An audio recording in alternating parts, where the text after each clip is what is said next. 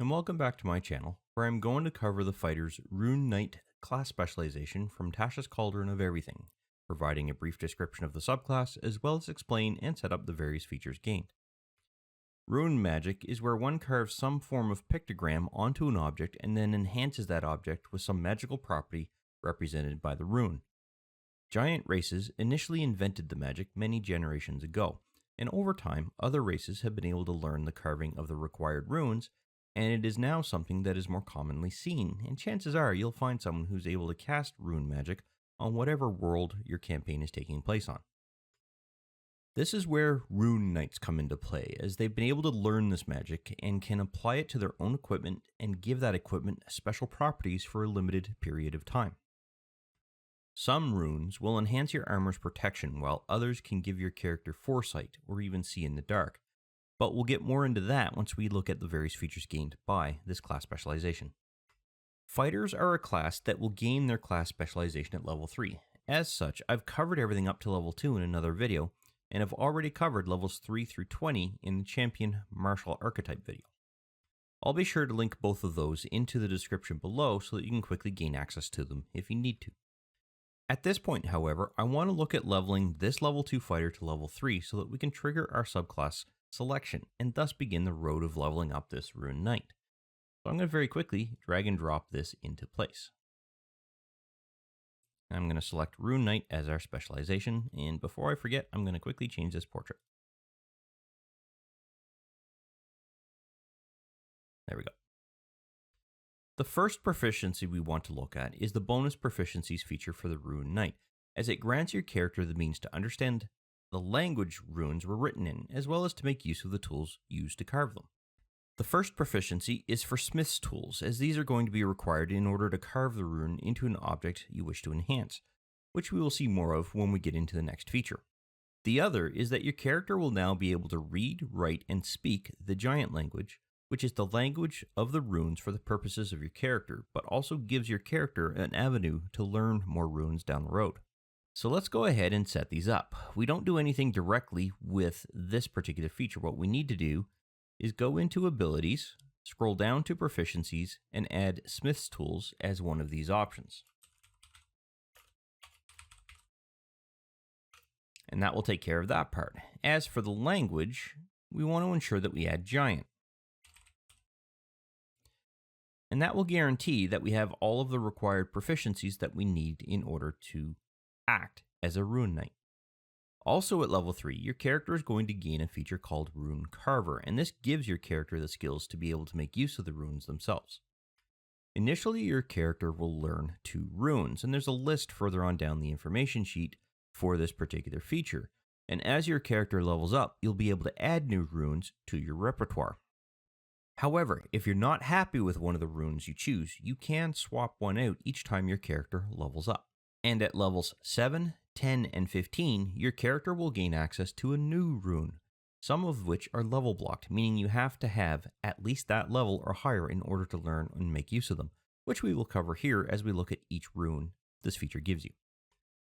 However, in order to use a rune, your character will have to complete a long rest, at which point your character can touch an object or number of objects equal to the number of runes you know, and magically carve a rune into an object. Each object can only get one rune, and it cannot be the same rune that you just carved into another object. For example, at level 3, your character will be able to learn 2 runes, as we've already discussed. This means you can carve a rune onto a weapon, suit of armor, piece of jewelry, shield, or other object that you can hold or wear. Let's say at the time of this recording, you have a weapon and a suit of armor, and you knew the Cloud or Fire Runes, which we'll get to in a bit, and you just completed a long rest. You could choose to carve the Fire Rune onto the weapon or the piece of armor, but once it's carved, you will not be able to add that same rune to the other piece of equipment. Instead, you would have to carve the Cloud Rune onto that other piece of equipment. When your character gets to 7th level, you'll be able to do that with 3 pieces of equipment because you will now know 3 runes. And these runes will remain carved onto those pieces of equipment until your character completes a long rest, at which point you would have to go through the process again to refresh the magic. Before we look at the runes themselves, there's one last piece of information to pass on, and that is around any runes that might trigger a saving throw. These will make use of a value that is equal to 8 plus your character's constitution bonus plus your character's proficiency bonus. So we will want to make sure that we set up an appropriately configured power group to take care of this for you. So let's take a look at the runes that you can make use of at level 3. Of the 6 total runes, there are 4 that you can choose initially. The remaining 2 will require your character to be level 7 or higher in order to be able to select those as runes you could potentially make use of. The runes that you can initially select from are the Cloud, Fire, Frost, or Stone runes, and you might notice that they contain the same name of the various types of giants that one might run into over the course of their adventuring career. In addition to that, there's the Hill and Storm runes, which become available at level 7. All of the runes we are going to cover next require your character to be wearing, wielding, or holding the object that contains the runes in order for the magic to be usable. Now, before I actually look at each one, I'm going to very quickly create a power group specific to Rune Carver, and you'll see that there's a lot of stuff already here in place. And that is perfectly fine. What I want to do is to be able to break each of these out into their individual rune so that they're easier to find and easier to deal with. So I'm going to call this power group Rune Carver. And then I'm simply going to rename this to Cloud Rune for now. And we'll come back to this once we're ready to actually set Cloud Rune up in the Actions tab. But I also want to be sure that I've set up this power group appropriately. Now, everything here is going to work off your constitution for the most part. So I just want to make sure that all 3 of those are set up. We don't need to worry about this yet, but we will have to set up some rest periods for some of these features, so we'll want to take a look at that. The first rune, which is the Cloud Rune, gives your character a few things, the first of which is advantage on deception and sleight of hand checks, while the second allows you to use a reaction to deflect incoming damage on someone who's within 30 feet of your character to another creature who is within 30 feet of you. That does not matter if it is an ally of the attacker or not. The range between the attacker and the new target does not come into play, as the magic of the rune, once invoked, takes care of transferring that damage onto the selected target. However, the attack roll in this case does still come into account, so if the target you selected has a higher AC than what the original attack roll was, it would be a miss, and this is because you would be making use of the reaction after the attack hits, but before the damage itself is rolled, so there's still a chance that the attack will fail. The other factor to take into account is that once the rune is invoked, meaning you made use of the magic you placed on your sword, for instance, earlier in the day, you won't be able to use the reaction portion of the feature again until you complete a short or a long rest. This means that you won't lose the rune itself, and instead it will remain branded or carved onto the object that you set it on earlier in the day. Essentially, a good way to look at it is that you're giving that rune time to recharge before you can make use of it again, hence the need for the short or long rest in this particular case. You won't lose the advantage rolls. You're just essentially losing the ability to make use of the reaction until you have completed that rest period. What this means is there are 2 things that we have to set up. We will need to make sure that we have an active version of Cloud Rune and a passive version of Cloud Rune. So the first thing I'm going to do, stretch this out because we're going to need a little bit more of a view here once we get everything set up. I'm going to first set up an effect to gain advantage on each of these 2 checks, the sleight of hand and deception checks. So I'm going to add a new effect. I'm going to call this Cloud Rune Passive. Semicolon. And then I'm going to put ADV skill, colon, deception, and sleight of hand.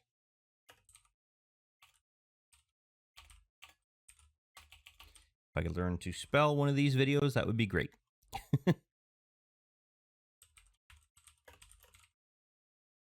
Now, that will put an effect onto our character. It is only on our character, and it doesn't have an expiration until you complete a long rest. So this will have to be reset when your character completes a long rest and potentially changes the rune. If, however, you don't change the rune, this effect can remain in place. And I'm going to make a minor adjustment to this. I'm not going to set this word here as passive. I'm going to get rid of that. I'm going to simply update this to be a P for passive. I'm I'm going to delete all of the other effects that are here because we won't need them.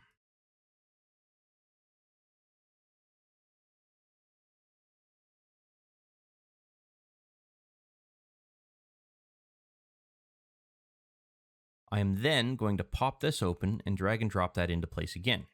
And here is why. A, this isn't a cantrip, or a spell, I should say. So this has to be an ability. I'm not sure why that got dragged into there. There, that's what I want. And I'm going to remove this one. Okay, so now I want to set up the reaction. I'm going to set an R in here to tell me, the player, that it is the reaction version of this particular feature. Now, in the case of the reaction one, we don't need any effect in it. In fact, I'm just going to simply delete it, flat out remove it. What we do have to do is track its use. So I want to set this as 1 and set this to rest because we're going to be able to use this again after a short or a long rest. Now, someone might say here that in relation to the passive ability, you're only able to quote unquote set this once at the start of the day. And you could theoretically set this as 1 daily use. The problem with that is that you then lose the effect to be able to add this effect later on. An option that we do have could be that we set this up to expire after 1 day.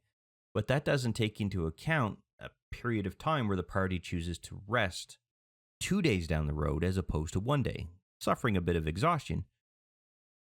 But it would be an invalid configuration here. So we're just going to leave that blank, and it's going to have to be up to you, the player, to make sure that you reset this when required. But this sets up Cloud Rune so that we have our passive ability as well as our reaction. How do you make use of these two things? Well, I'm going to go ahead and set up a combat situation. So I've gone ahead and set things up. The first things first, the effect for the passive ability is something that you can immediately apply as soon as your character is dropped onto the actual combat tracker. And the reason being is this effect sticks around. It doesn't go away until you change out the rune. When you do eventually decide to change out the rune, you would simply delete that and away it goes. Now, how can we be sure that this is actually going to work? Well, you're going to need to execute some skill checks. So if I roll a deception-based skill check, which is right here, we should see 2 dice getting rolled. If I do the same thing with sleight of hand, we should see 2 dice getting rolled. Excellent. So that part's working the way that we want it to. Now, this passive capability isn't necessarily going to be required as part of a combat scenario, so you'll want to be sure that the DM adds your character to the combat tracker, because you can actually add an effect to a character if you don't have the combat tracker open. You just simply need to be in the combat tracker. And that way, whenever you make that roll, you can just simply have that effect there. As for the reaction portion of this particular feature, here's how this is going to work. I'm going to have this Mind Flayer attack ape number 1 here. At this point, the DM is going to declare a hit. What you as the player can do is make use of Cloud Rune as a reaction and say, I want that attack to hit ape number 2. They're both in range, and they're both within range of each other, even though they only have to be in range of you. So you click this. Now what has to happen is the DM has to compare the armor class of ape 2 to the armor class of ape 1. In this particular case, they're the same, so it's going to be a hit. And instead of applying the damage to ape 1, the DM would simply drag and drop the damage onto ape 2. And as you can see, ape 2 has taken the damage. So let's go ahead and move on to the Fire Rune. Now, the Fire Rune gives your character double proficiency with any ability check that requires the use of any tools. The tools in question can be found within the actual tools table, and if you're unsure how to get to that, simply click a basic player's handbook class, and it doesn't matter which one, because all you're looking for is a very specific table that's generally found on the class sheet here at the bottom. And the tools in question will be any of these particular tools here, and this feature only comes into play when you're actively attempting to use a tool. Now, that list might not be a complete list. There could be other supplements that provide additional tools that would essentially be covered by this particular rune. When dealing with a skill that will end up with double proficiency, it's going to function a little bit differently.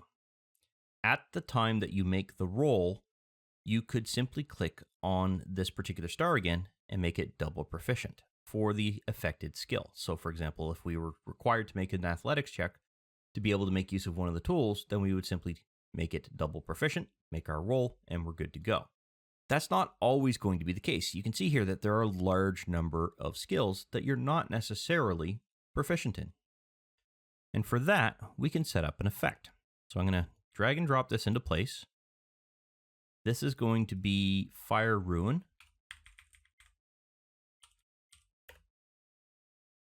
And it is also going to not give you that, but what will happen is you will make use of this. Skill, colon, square bracket, 2, P or F, if I'm not mistaken. And then that, and it will apply to yourself. Now, in theory, that should give us a double proficiency bonus when we apply the effect. So what I'm going to do is I'm going to make sure that I apply the effect. Oops. Where are you? There you are. Oops. And that's not Cloud Rune. That is actually Fire Rune. So just for clarity, I'm going to get rid of that and that so that we can see that that won't even come into play. So you can see here that we'll have a skill increase of a +4. So whenever we add or make a roll, we should see a dexterity or acrobatics roll in this case that has a higher bonus. Okay, so we saw a +7 here. That's 3 plus the 4 equals +7. There's one minor adjustment I want to make to the effect. I want this to expire on the next roll. In fact, I want both of these to expire on the next roll, just so that they're not hanging around when you're making a roll or after you succeed or fail on a roll. And it will just keep this clear. You'll just have to remember to re-add it. So let's go ahead, reapply this. I'm going to make another skill check, roll. And we can see that it goes away here, and we can see we still get the bonus. That isn't going to work here because you're already receiving a proficiency bonus. You don't want to add an additional proficiency bonus on top of that. So there's a trick for that. You could theoretically create a new effect that is a modified version of this.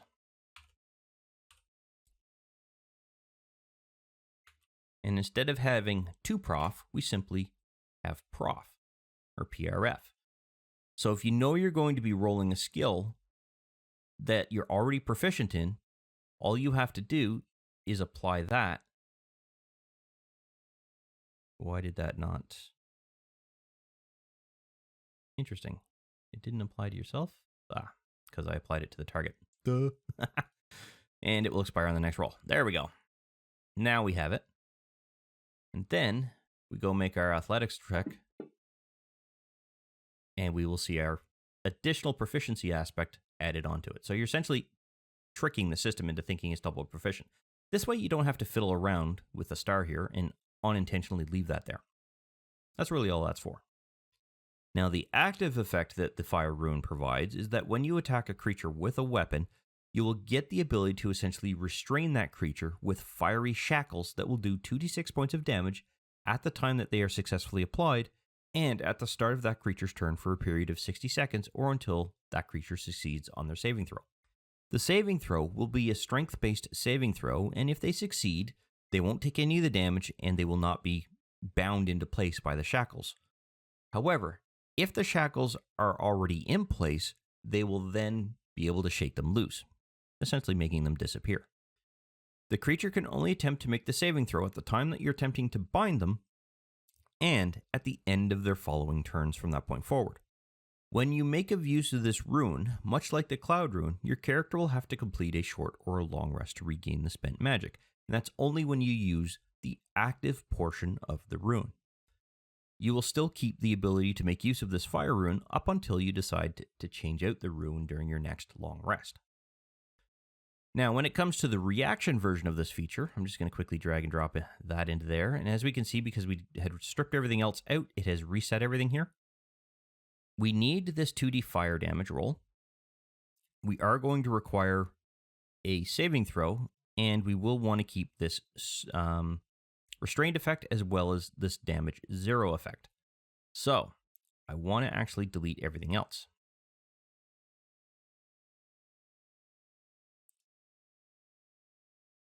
There we go. And I want to rename this to Fire Rune. And it also requires you to finish a short or a long rest to be able to make use of this feature.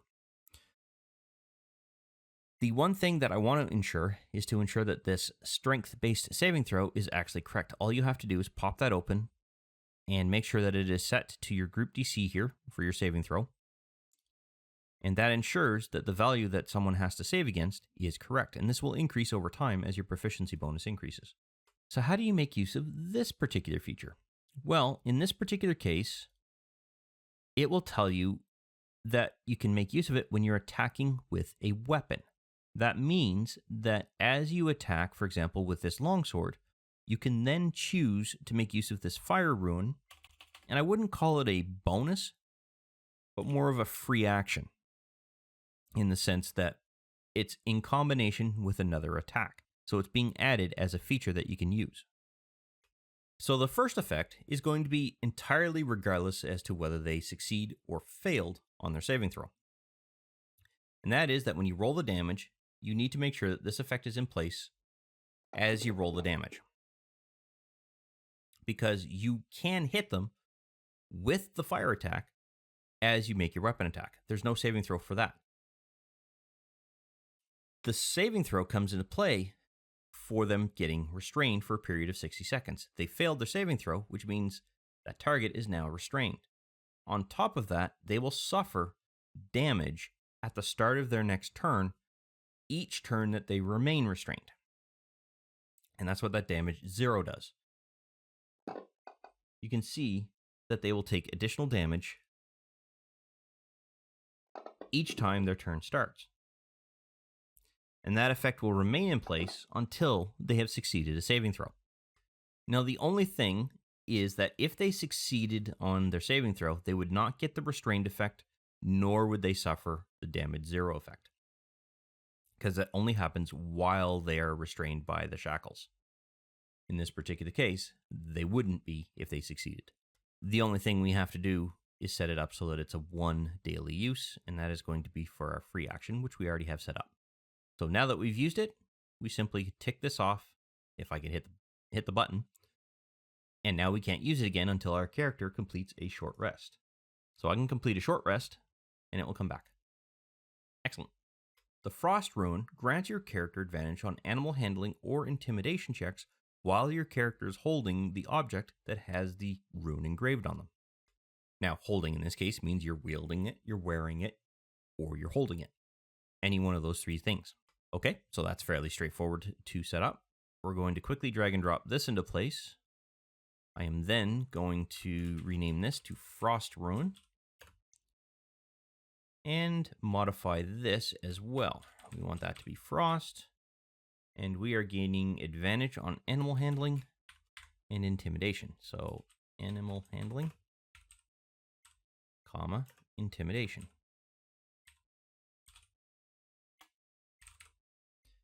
It's on self, and I'm setting this up to expire on next roll just for convenience sake so it doesn't stick around. So let me minimize everything that isn't what we are going to use during this round. So now, if I apply this, my character's already in the combat tracker. As you can see, it's right here. So all I have to do now is roll an animal handling check. And we can see that the effect goes away. You'll see that it's disappeared from here. And if I reapply the effect and then roll an intimidation check, we should also see that it has the advantage roll. Excellent. This is set up. Additionally, as the active feature of this particular option, it will grant you a +2 bonus to all strength and constitution based saving throws for a period of 10 minutes, which should be relatively easy to set up and is used as a bonus action rather than as a reaction or a full action. All right, so let's go ahead and quickly set that up. I'm going to drag and drop Fire Rune, and I'm going to keep that effect, but get rid of all of the other effects. Then I'm going to modify this to be Frost Rune, semicolon, and we want a +2 to our strength and constitution based saving throws. So save colon 2, and then it's strength, comma, constitution. I believe this is the way that we want this set up. So let's quickly give this a quick try. So I'm going to add the effect to our character, and then I'm going to make a strength-based saving throw. Now we already have a +6 bonus to this roll. So let's see what happens. The effect has gone away, and we have a +8 bonus. Excellent. Do the same thing with the constitution saving throw, just to make sure that it's actually there and working right. So we have a +5 bonus here. And it would work better if I'd spelled constitution right.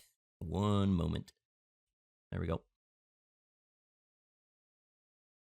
Now let's apply the effect and roll the saving throw. There we go. Now that's working. And we have the +7. Excellent. And in fact, I still have got this set up wrong. This sticks around for 10 minutes, so it doesn't go away on the next roll. It'll go away when the duration expires. So that sets that up the way that it really should be. I've also just realized that this is, for some stupid reason, a spell, so I'm going to drag and drop that back up there. Remove that, and I'm going to make sure that I rename this to Frost. And it is not a free, it is a bonus action. And that sets everything up for this particular feature. Now, the final rune that you can learn initially is called the Stone Rune. And what this does is it gives you advantage on insight checks while also giving you dark vision out to 120 feet for its passive capability. And with our nice new tools that we have available to us, I'm very quickly going to drag and drop that not to there. That's why it's doing that. Okay. Drag and drop this into here to get that. We're going to call this Stone Rune. And this is going to give us a couple of things. The first, we want to rename this Stone Rune. We want advantage to insight checks. So ADV skill, colon, insight, semicolon, vision, colon, 120 dark vision.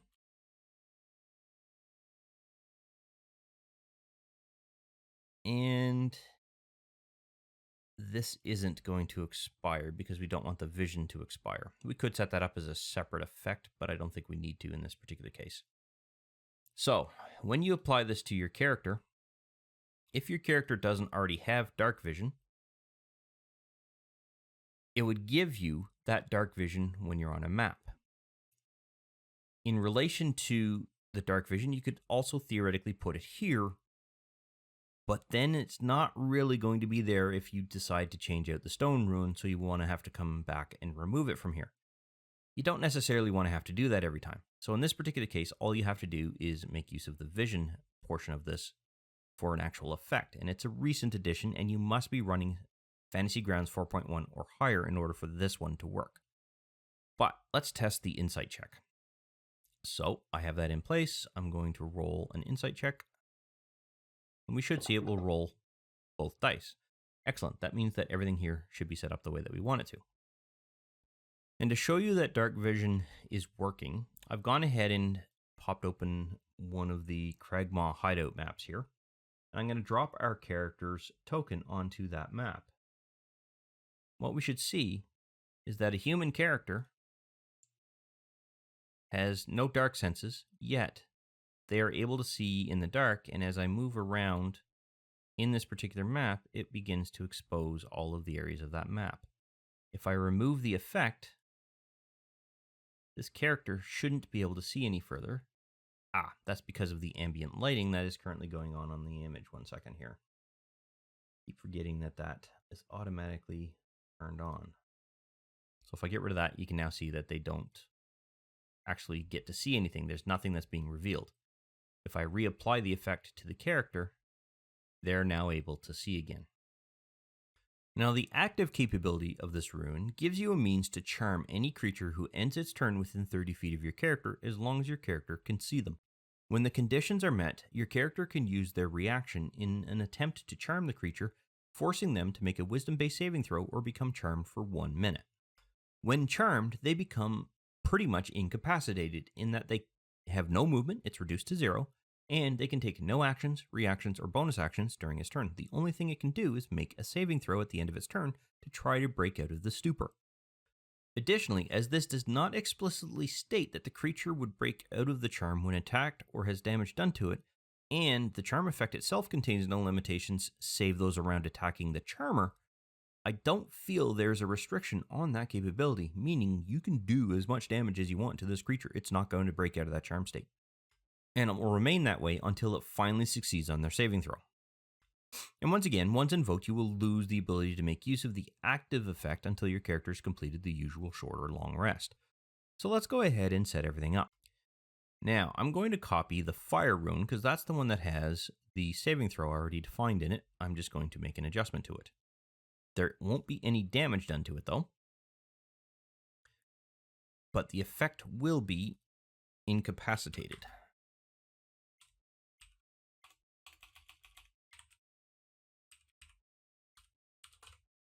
And it's for 1 minute on the target, doesn't expire. This damage one also goes away. And I need to set this up for a wisdom-based saving throw. There we go. And once we do that, it will automatically calculate the correct value. So how's this going to work? There's one other thing I need to adjust, and that is that the name has to be a Stone Rune, and this is a reaction. In this particular case as well, we have a 30-foot range. Probably should have checked the others to make sure that they also had it, but I didn't. Anyway, whatever. Now, when you're in a combat tracker situation, this is going to be reactionary in the sense that you will be reacting when someone else moves. Now, a vampire is probably a bad choice in this particular case because I'm pretty certain they're immune to charmed effects. No, actually, they might not be. Okay. So, let's say that this vampire moved into an area that is within 30 feet of your character and you can see them. Well, now you can use a reaction and attempt to force that vampire into a saving throw. So what you do is you pick up this dice and you drag and drop it on the vampire. They're going to roll. In this case, they succeeded, meaning that they don't actually get to be incapacitated. Let's see if I can actually trigger a failure. I'll just do a couple of rolls.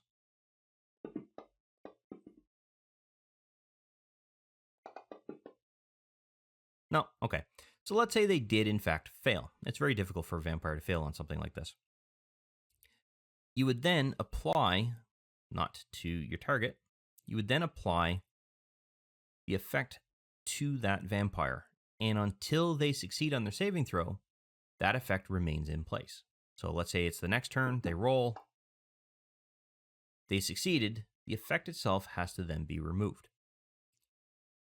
But if that effect is in place, once again, let's drag and drop that, not simply do that.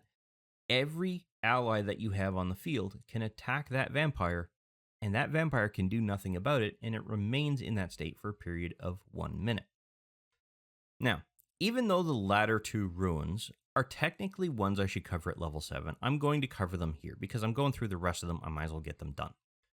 The first one is the Hill Rune, and as you can see, it has a level requirement here on the information sheet. You have to be level 7 or higher. And this rune gives you advantage on saving throws against becoming poisoned, and you have a resistance to poison damage as the passive ability gained. So what we want to do is very quickly copy over, say, the Cloud Rune, drop that into place. And I'm going to rename this to be Hill Rune. And what we want to do first is we're going to set up resistance to poison damage. Poison. In this way, when poison damage comes in, it will, and that's never, it will resist that damage, meaning that you will only do half the amount of damage, or have only half the amount of damage done to you.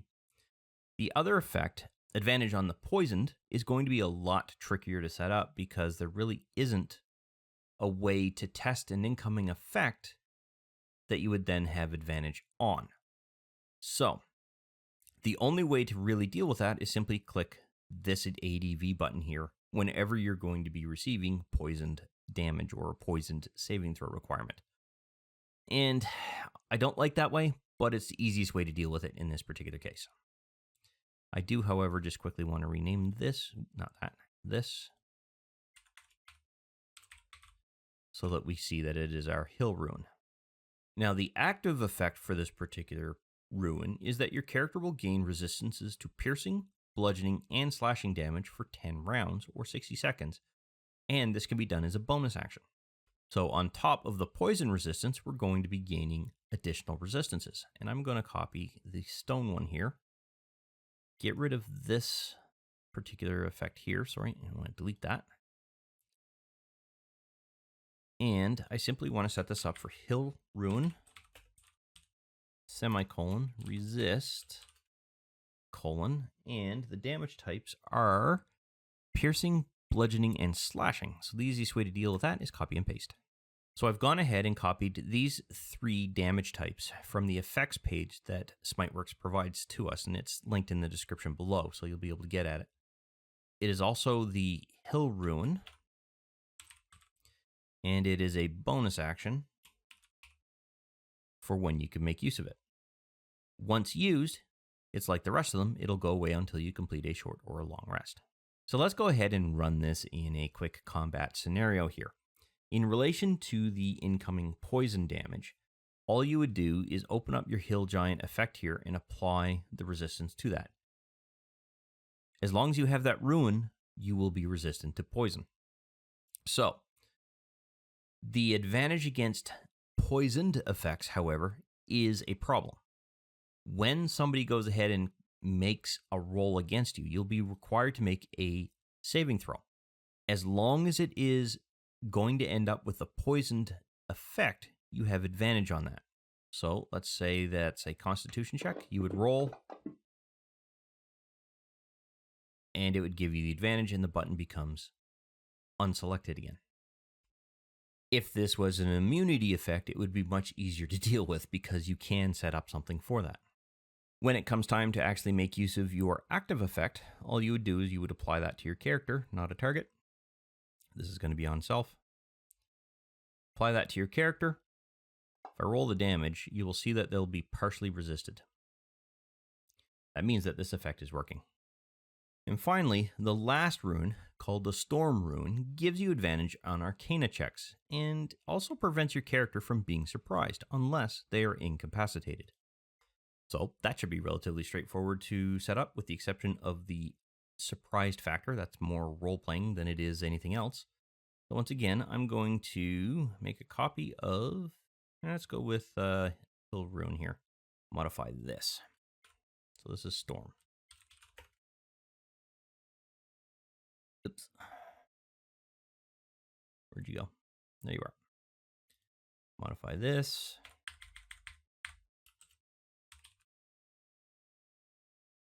And you're gaining advantage to a skill. Sorry. Yeah. Is it advantage? Yes, it is. Skill, Arcana. There's no duration.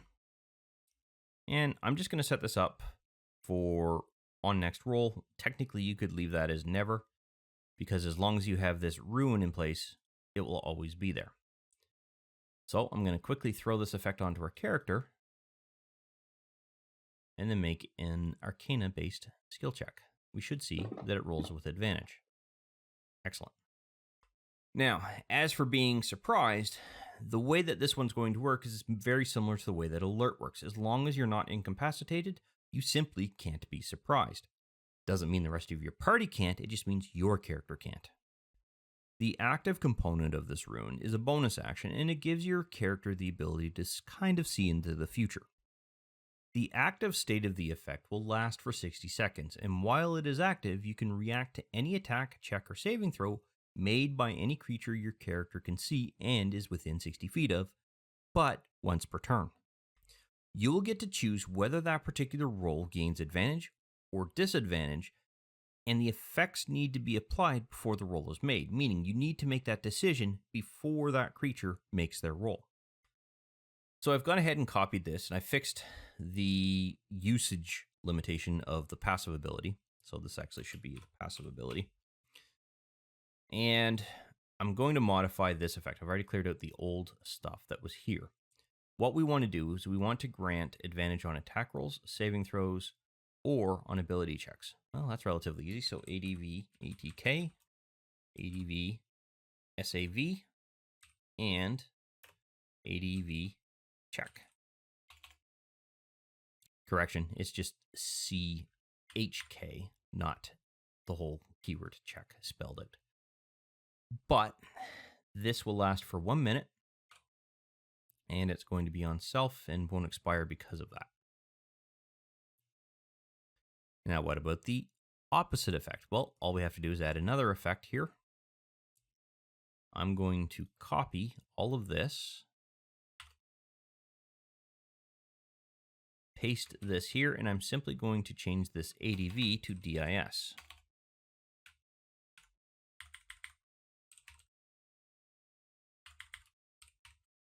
And once again, it's going to be for 1 minute. And in theory, actually, that should expire on the next roll because it's going to apply to the creature in question. So we do want that set up to expire because it's your ability granting them the disadvantage or the advantage roll that lasts for 1 minute. Okay, so how does this work in a combat situation? Well, it's going to be a reaction based on the creature that is active. So if it's an ally, you're probably going to want to give them an advantage roll.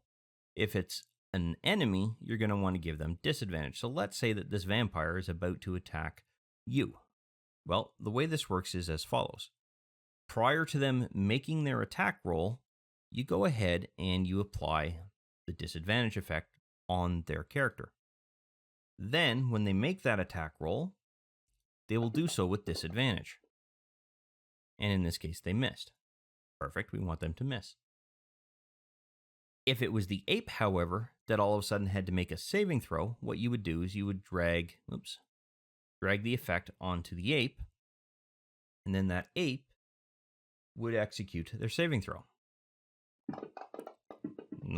I forgot. You only have to click once when you're doing that. You don't have to double click. That's why we got 3, because I double clicked. The same thing happens to any checks that they have to make. So if they have to make a skill check, you would drop the advantage on it, and then you would click the check, and it would roll with advantage, and the effect would go away. That's exactly what we want in this particular case. And once again, because it's a quote-unquote active ability, when you use it, you would select it after you've applied the effects that were appropriate, and boom, you're done. Finally, the last feature that your character gains at level 3 is called Giant's Might feature, and it gives your character 3 benefits that apply to your character when the feature is activated and will last for 60 seconds. The first is that you can change the size of your character to be large if your character is smaller than a large creature, such that you could have a large creature-sized halfling wandering around a room that has the capability of holding that creature. If it's not possible to increase the size to large because of the limitations of the room, then the change just simply does not happen. The next benefit is that your character will be able to gain advantage rolls on all strength checks and strength-based saving throws. And finally, for the 1 minute duration, your character can do an additional 1d6 points of damage to any creature your character successfully hits with an unarmed or armed attack, but it can only be done once per turn. This feature does have a usage limitation, and it's equal to your character's proficiency bonus, at which time your character will need to complete a long rest to be able to make use of it. So let's go ahead and copy Giant's Might into our Actions tab. I'm then going to set this up as Rune Knight for the power group that we want this to be in. Now, the only effect that it has in here is this 1d6 damage roll, and that is probably the most appropriate of them because you can't indicate a size increase here, at least not this way. You do that on a map by scrolling up the size of the icon that your character has. And what I mean by that is that, let me just quickly pop us open, see if we're still there. Yep. When you hold down the control key, if you scroll with the mouse wheel, you increase the size of your token. Well, technically, that token increase will indicate the size of your creature. If you look at the tokens for a dragon, they're huge. If you look at the tokens for a normal medium-sized character, they tend to fit within a particular square. So, for example, that would be the perfect size. Now, this character is in a room that can handle a large size creature. Doesn't necessarily mean that they're always going to be in that room. Now, the effect to handle the strength-based checks and saving throws is also relatively easy to set up. We just need to add a new effect. Set this up. I'm going to call this Giant's Might. I like having a name when it comes to an effect that we see in the chat log, just because it tells me, the DM, what feature gave you that capability. And what we want is ADV CHK colon strength semicolon ADV SAV colon strength. And it's going to be on yourself, and it will expire on the next roll. So when we actually make use of this in a combat situation, if I have to go and make a strength-based saving throw, you'll see it will roll with 2 dice. Nice, we dropped a 1. Whereas if I have to make a strength-based ability check, well, that's going to come into play here in theory. So this is strength-based, and as we can see, the advantage came into play. And the reason why we specify ADVCHK is because it will cover all of the skill checks that make use of the strength ability, which in this case is really just athletics, and there really aren't that many more. Now, there is a usage limitation to this, and that is equal to your character's proficiency bonus. So at this level, that'll be 2. This means we're going to want to increase this each time our proficiency bonus increases.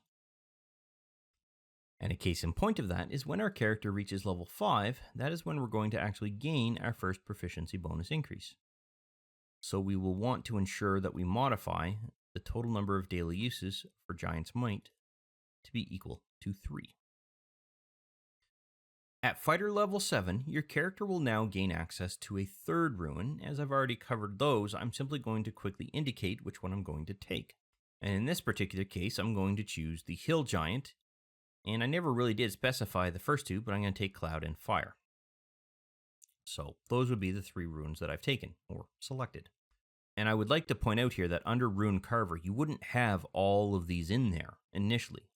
You would add the ones that you are activating and actually able to use. So because at level 7, you can only have 3 runes, you would only have those 3 runes in here until you change one out. You delete one and add another one in. But also at fighter level 7, your character is going to gain the Runic shield feature, which gives your character another kind of reaction. If any creature is attacked and they are within 60 feet of and visible to your character, then your character can use their reaction to force a reroll of the attack roll. The attacker is going to have to make use of the new roll. It does not get a choice on that matter. But this feature also has a number of times that you can use it over the course of a period, and that is equal to your character's proficiency bonus before they will need to complete a long rest in order to regain any spent uses. So similar to Giant's Might. Because there is a usage tracking requirement, we will need to add this to our actions tab. So I'm going to quickly do that, copy paste that, and adjust this for 3 daily uses. And now we can see that we have 3 daily uses here. At fighter level 9, we have once again seen an increase in our proficiency bonus. This means that we need to make an adjustment to the number of uses that we have for Giant's Might and Runic Shield. But that's all we have to change specific to the Rune Knight at level 9. At fighter level 10, your character is going to gain the Great Stature feature, physically altering your character as well as giving your character additional damage when using the Giant's Might feature.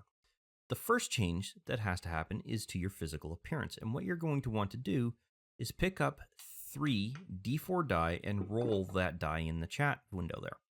You will then add that value to the total height specific to your character. Now, I didn't set one up here, so let's say that they were 6 foot initially. Well, now they are 6 foot 8 inches in height.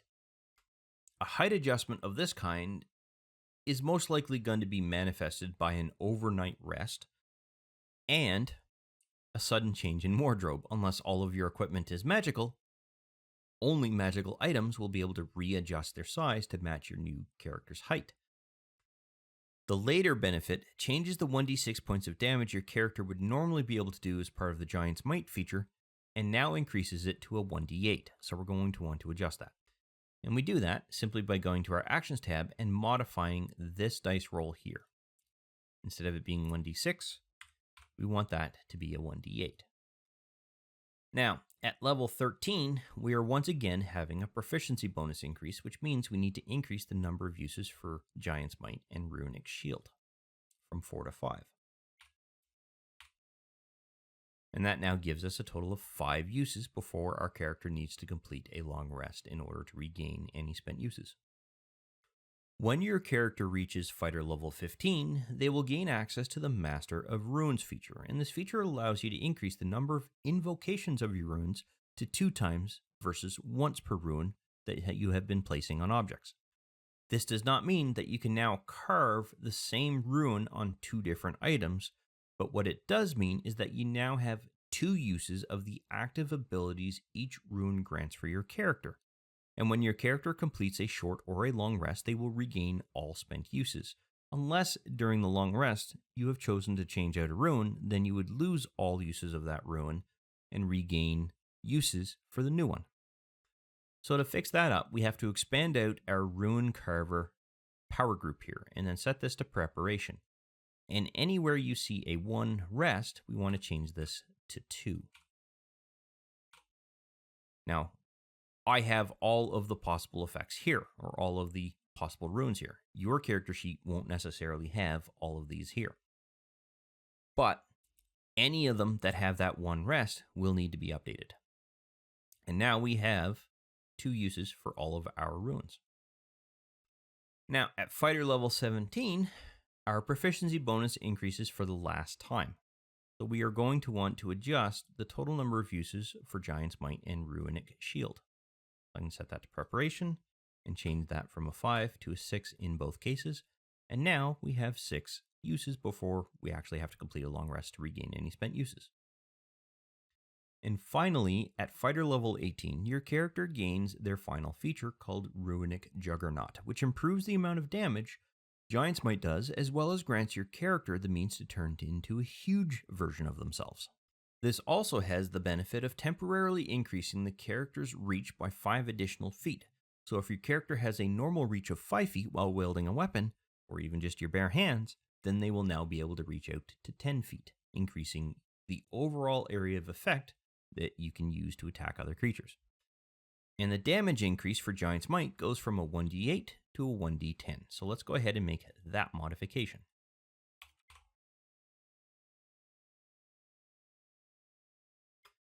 I've temporarily dragged over the Dungeon Master screen because when it comes to the overall reach and size of your character, there's nothing that you as a player can really do.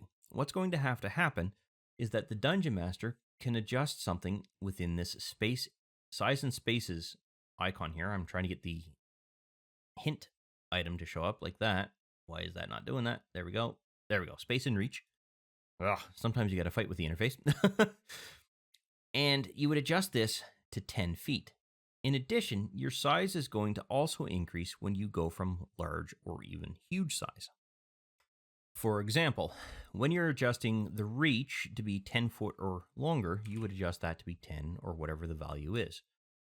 Now, it's not going to immediately show up the area of effect that you can select, if you will, but you'll see that there's a bounding box now around that character. Every square that now has that darker shading is where this creature can actually hit. If I reduce this back to 5, you'll see that that sphere of influence or that radius around the character reduces. What about the size? Well, when your character becomes a large creature, they're now going to take up 4 squares. So you're going to want to increase the size to 10. Fantasy Grounds uses multiples of 5 to increase the overall grid size of the actual creature. And you will also see that they have a much larger reach around them. The dark shaded squares are all areas that this particular creature can now hit. If you increase it to 15, which is huge, that goes up even further. And you will now have to take up 9 squares. So you might as well just sort of increase the size of the icon to match. And all I did was holding down the control key, use the mouse wheel over the cursor to increase the size of the icon. And now that represents roughly the amount of space that your character is now taking up. And again, the dark shaded areas are the areas that you can attack.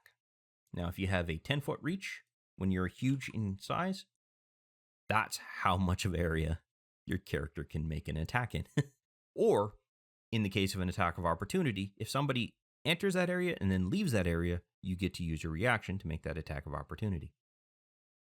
But the DM has to deal with all of this. So when your character returns to normal size, they then have to readjust the overall size of your icon as well as the size and reach within the combat tracker. And surprisingly enough, that actually completes everything that we have to do when setting up this particular character. And the Rune Knights have massive, excusing the pun, potential when it comes to what they can do in combat, both from the amount of damage that they can dish out as well as what they can deflect.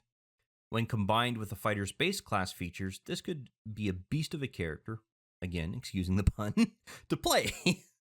And therefore, I really am looking forward to seeing somebody play this particular kind of character and see what they can do with it. However, this does bring us to the end of this video. I hope you found it useful and informative, and I look forward to seeing you in the next one. I wish to thank you for taking the time to watch this particular video. I hope you found it informative and useful to familiarizing yourself with Fantasy Grounds in general, and that you had fun in the process. If you found the video useful and you liked the content of the particular video, go ahead and click that like button to let me know. And if you have any questions specific to the topic covered by this particular video, or just have some comments in general, please feel free to post something in the comments section, and I will do my best to respond to any questions that are asked. Additionally, I do release content quite regularly, and it's generally specific to Fantasy Grounds or 5th edition Dungeons & Dragons at this time. So if you'd like to be notified when new videos come out, go ahead and subscribe and click the notification bell to ensure that notification is sent to you when I release a new video.